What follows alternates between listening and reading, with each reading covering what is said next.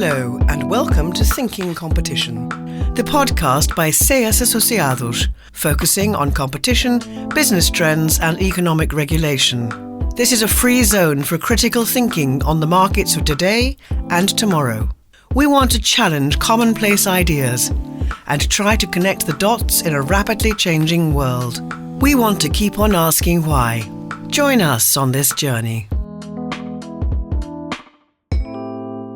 Hello and welcome to Thinking Competition. In this episode, we're joined by Kai-Uwe Kühn to discuss recent developments in merger control, especially on the topic of jurisdiction. We will be discussing killer acquisitions, acqui-hires, and merger filing thresholds. Professor Kühn is a renowned economist with almost 30 years' experience advising private firms and competition authorities on merger, antitrust, state aid, and damages cases, as well as competition policy in general. He has a PhD in economics from Oxford University and was Chief Economist at DG Comp from 2011 to 2013, where he advised then Commissioner Almunia on all competition cases and policy initiatives, especially state aid modernization.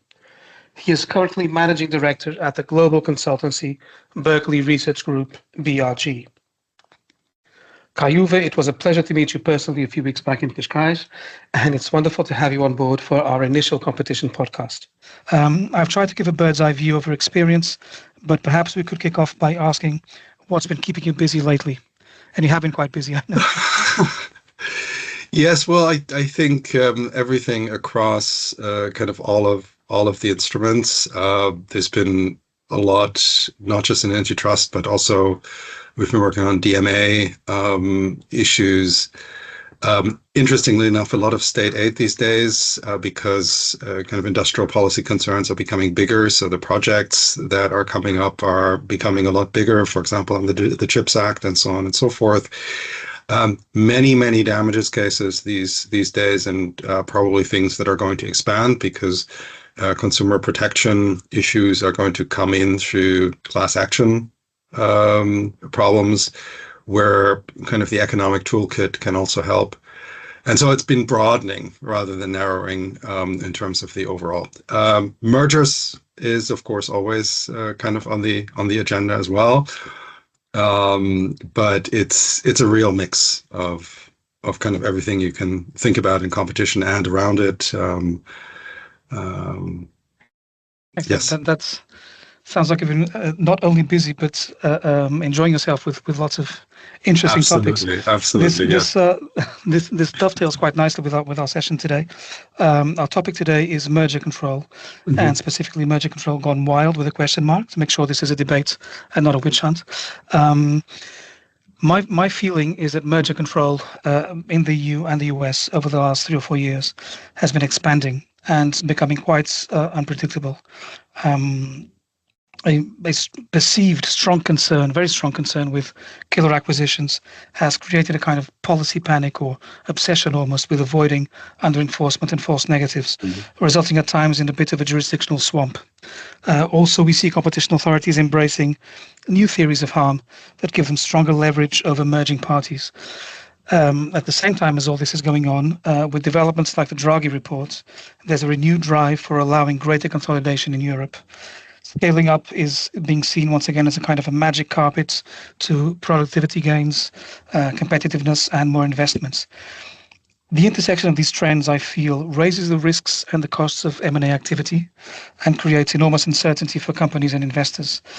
And these days, it's a bit of a challenge, I think, knowing when you have to file, and after you file, it's becoming impossible to anticipate the outcome of how long it will take. So we really are very lucky to have you with us today to try and cut through this fog and make sense of all these moving parts. And the initial item on our list of topics is killer acquisitions and filing thresholds. Very much in the order of the day after Illumina.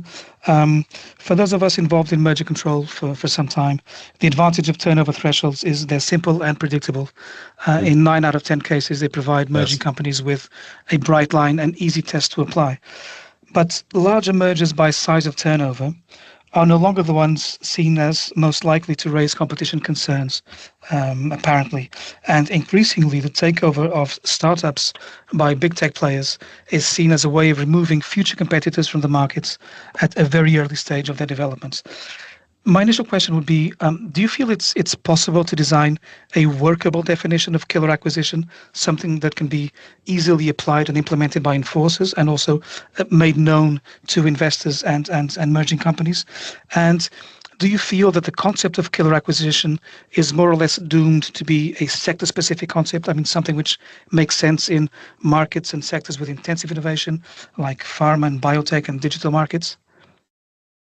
Okay, so let me start kind of with the last thing, and then come to the question how you might filter for it. So I think the issue is probably kind of a bigger one in the tech sector, simply because there's the difficulty to distinguish between things that are just kind of complements for existing practices and what could be platforms that become competitors in the long run. And that's something that's usually very hard to distinguish in these contexts. And so we're asking really whether through buying up something that's a small complement today might actually be done in anticipation of these becoming very substantive competitors in the future. And I think kind of the poster child of that is something like Facebook, Instagram, in terms of the effect that you have by having both properties when you're competing for advertising. Right. So if you're thinking about the real market in which market power could be exercised, the advertising market there, I think the concern is a real one. There is, of course, a discussion: was this only enabled because Facebook got to get Instagram, or was this in the first place a big question? But the issue that came up was with a firm that had virtually no revenues and a very small staff. How can you have as large a payment for a company like that? Kind of what is the intrinsic value of this if it wasn't a potential to become very big in the future, and that was anticipated? Okay. So I think that's a really good example why we might actually want to care for it, but it's also a very good example for the question of what should the criteria be in order to pick up these types of mergers. And that cannot be a revenue criterion, because the characteristic is that the revenue isn't there. It also can't be a value criterion for the transaction, because that's not really what we're concerned about as such. What is striking is the low revenue currently relative to the value in the long run.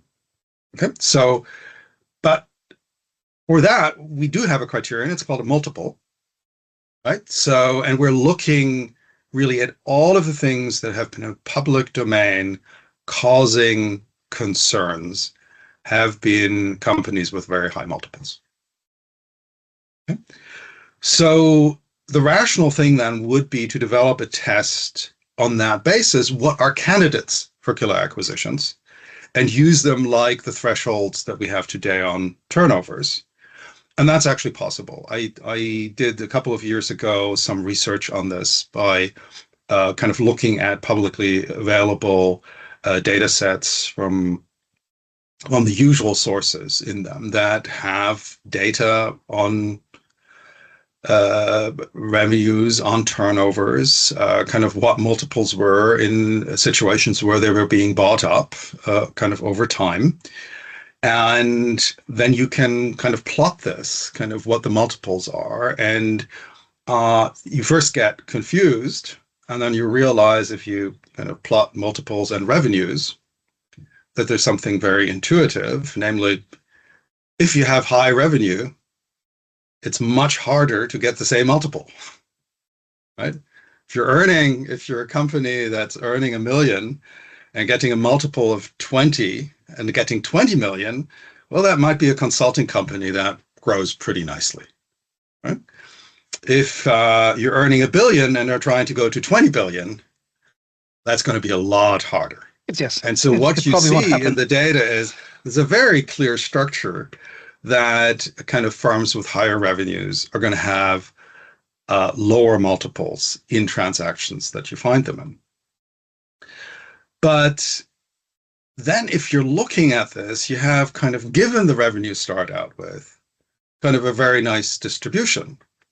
And what you can say is, well, let's look at the outliers in this distribution that lie in the top 5%. And you can do that essentially for every one of the revenue levels that you have and say, everything that lies above, we're going to call a potential killer acquisition, something that one should look at, right? This is the type of exercise that in other circumstances, for example, the Commission has done when they were thinking about looking at minority shareholdings. Right? What should be the cutoffs to get a number of cases that's reasonable over time? But that is reflecting kind of what we're concerned about. And here we're concerned about that something is small, but is known to become really important, so important that it could be a reasonable competitor for the acquiring firm, right? And so for that, you want very large multiples. You're kind of looking what's left over from this exercise, which is on public data. It's all there. It doesn't really change, right? You use a regression approach to have that boundary, and you see that every one of the publicly discussed cases is in these exceptions. And there are not lots, but there are quite a few, and they're covering a lot of the things in the tech industry, but they're not covering just the platform tech companies. They're also covering a couple of the tech companies that are kind of building equipment and so on and so forth. And if you're going further into these, you also see that you get acquisitions as, for example, Amazon buying a robot company in order to integrate it and then have it specifically work for its warehousing. And the nice thing about that is you can see how you can look at it, ask the question, are you foreclosing others here from the market? Would they have become competitors? No, they're actually very complementary. There are loads of robot companies out there. And you see it's actually a transaction in order to get the corporate control, in order to direct R&D in the direction that's really necessary for Amazon that you cannot get from an independent company. Okay, so purely from on the outside, not having kind of looked deeper at the case. But you see how you can analyze these cases then in a way that you're analyzing other cases, but you're limiting it to a certain degree. And you have a way of controlling how large you want to make that group by defining what the outliers are. Is it the top 5%? Is it the top 7.5%? Is it the top 10%? And that is something that a decision could be taken over. It could be revised after kind of thinking about what have we actually looked at. Is that too much? What's the proportion that we're catching to get something that's a reasonable framework? And I think that gives the type of reliability to the intervention that we like in the turnover thresholds, understanding that we're not going to catch everything. But it would be very inefficient to try to catch everything. To try to catch everything, yeah. Potentially there. That's very interesting. What I take from your comments on this is that it's a potential future revenue and a potential growth trajectory, which is captured by the ratio between the deal valuations and the target's current revenues, which allows to kind of segment this slice of cases that might warrant more attention. I think here the concern with having some kind of criteria is, during this hopefully transitional stage between having turnover thresholds and giving enforcers call-in powers that at this stage are very open and undefined, to allow for these call-in powers to be focused around criteria that are workable and that investors and merging companies can know beforehand, I think, to structure their deals around that.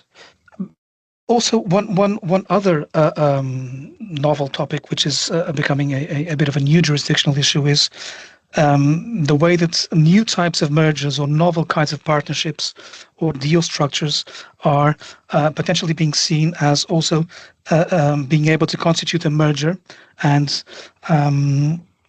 this concept seems to be expanding, at least in some cases. Once again, it's very focused on tech, expanding in some cases beyond the contours of traditional share and asset deals. So we have new kinds of joint ventures. We have the so-called acqui-hires, a big deal in the AI field. Do you think this trend for kind of novel deals, kind of out of the box partnerships, to be seen as potential merger situations, once again, is this specific to digital and technology and markets? And what distinctive features should we be looking at, should enforcers be trying to identify, that could justify qualifying these new forms of deals as mergers and subjecting them to merger review? So let me say, I actually think that these issues aren't quite as novel as they seem to us these days. We're discussing them very much in terms of high tech. But they've come out also in different contexts. And let me distinguish between the type of issue that comes up in acqui-hires and the type of issues that come up in partnerships and JVs, because I think they're somewhat different. On the acqui-hire side, let me link this to something that has nothing to do with hires, but kind of a general rule that I understood at the time when I was at the commission to be a rule that the legal service was very clearly enforcing, and which was sometimes hard to understand, namely that assets that were not directly linkable to revenues and transactions on those could not be considered part of the merger. So at the time we were considering a merger in the airline industry, where the target was heavily loss-making, and part of the deal was a credit by the buying party against collateral, which were slots. And since these slots didn't come with revenues, if the deal didn't go through, the company would have gone bankrupt, and therefore the valuable assets, namely the slots, were actually transferred. Okay? So essentially, through that deal, and by basically not considering this financing deal with the collateral as part of the merger transaction, you were essentially taking everything out of the transaction that was the actual value of it, right? Or most of it. I mean, it was a large proportion of those. So I think when we're talking about the examples of acqui-hires that have generated concerns, that is kind of the issue that we're dealing with here, that there's something that can be kind of can be isolated, that is transferred separately, doesn't look like a merger because it's not formally within the structure of a firm. Now, the question is, what should be considered as kind of essential, or the essential assets of the firm, so that it's a quasi-merger? And I think that's a completely legitimate topic. I think in some of the cases where intervention has been considered, it was actually acqui-hires together with some contracts with a firm from which the acqui-hires were made, right? So you have kind of this broader constituting term. And I think kind of getting to a better definition there would be really important, because not every hire of groups of people who have really good skills is actually something that is akin to a merger. And that's for two reasons. First of all, kind of if you could get people like that from somewhere else, in principle, that's just a good hire, and you don't want to suppress that necessarily. Secondly, also because some of these very valuable individuals and their teams are actually fairly footloose and leave big companies again and found the competitors from the learning that they actually do inside the bigger company. And we've seen a lot of that. I mean, a lot of the interesting entries have come from people coming from Google, from bigger incumbents, and going and founding their own firms. So that if it's acquisition of people alone, that's usually not that much of an issue. It could be, and this is the one restriction to this, I would say, good example, the merger Amatel in tools for the production of chips. that went together and said, we need to be bigger because otherwise we can't participate in the next generation of chips, given the amount of investment that is necessary. That was a merger that the Department of Justice blocked because they said, there are only so many engineers in the world with expertise in this. You have no overlapping products, but the expertise is totally overlapping, and you're enormously consolidating the pool of engineers that could actually develop that kind of next chip, and therefore you're reducing competition. So I think that is, as a competition argument in itself, coherent. It's still not clear whether that addresses the other issue of the financing of the next step of investments and so on and so forth. I can't say anything about it, but at least what it says is where you have a really limited pool of people with skills, that could just be like a capacity and be a matter of capacity consolidation. So I think what the problem is that the legal terms are not quite in line anymore with the type of transactions that we're getting. But I think in the discussion, we're getting a sense of what's really necessary in terms of the comprehensiveness that you need in order to have the former firm essentially exit the business. The second part of this conversation with Kai-Uwe Kühn, we'll discuss substantive assessment of mergers and novel theories of harm. Join us again soon for the next episode of Thinking Competition.